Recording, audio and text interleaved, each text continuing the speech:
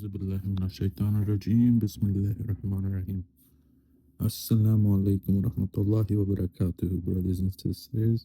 As you may know, for today's topic, I have chosen recitation and study of the Holy Quran.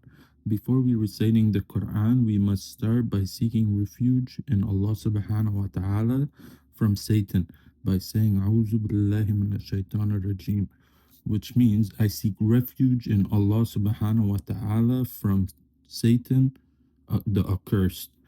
In Surah 16, Ayah 98, it is said, so when you recite the Quran, seek refuge in Allah subhanahu wa ta'ala from Satan the expelled.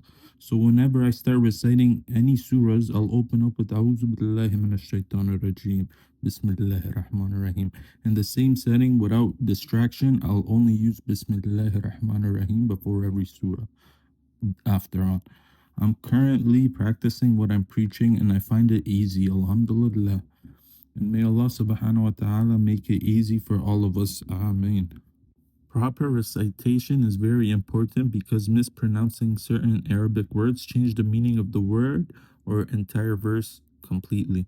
Tajweed classes are available for correct recitation purposes, but if you listen to my last speech, you are already aware that I went with this topic, so I could go into more detail about the study of the Quran, as I highly encourage this. In Surah 27, Ayah 92, and to recite the Quran, and whoever is guided is only guided for himself, and whoever strays, say I am only of the warners. Surah 38, Ayah 29, a blessed book which we have revealed to you, that they might reflect upon its verses, and that those of understanding would be reminded. Surah 2, Ayah 121, those to whom we have given the book recite it with its true recital, they believe in it, and whoever disbelieves in it, it is they who are the losers. Brothers and sisters, if we pray all 5 prayers, including Sunnah and Witr, that's 32 rak'ah, and 32 times Surah Al-Fatiha is recited. Do you know, or are you learning the meaning of the surahs you have memorized? How can we be sincere if we don't even know the meaning of what we're saying? How can it have any value if you won't invest the time and effort into understanding the meanings of the surahs that you recite daily? Surah 4, Ayah 82, then do they not reflect upon the Quran? If it had been from other than Allah subhanahu wa ta'ala, they would have found within it much contradiction. Surah 7, Ayah 204, so when the Quran is recited, then listen to it and pay attention that you may receive mercy. In Surah 25, Ayah 30, and the Messenger ﷺ has said, O my Lord, indeed my people have taken this Quran as abandoned. How can we avoid it, not listening or understanding it, not living by it or preferring something else to it? Brothers and sisters, I hope I have convinced you to study and understand the Quran for yourselves, and I'll be ending the speech with 2 last ayahs, inshallah.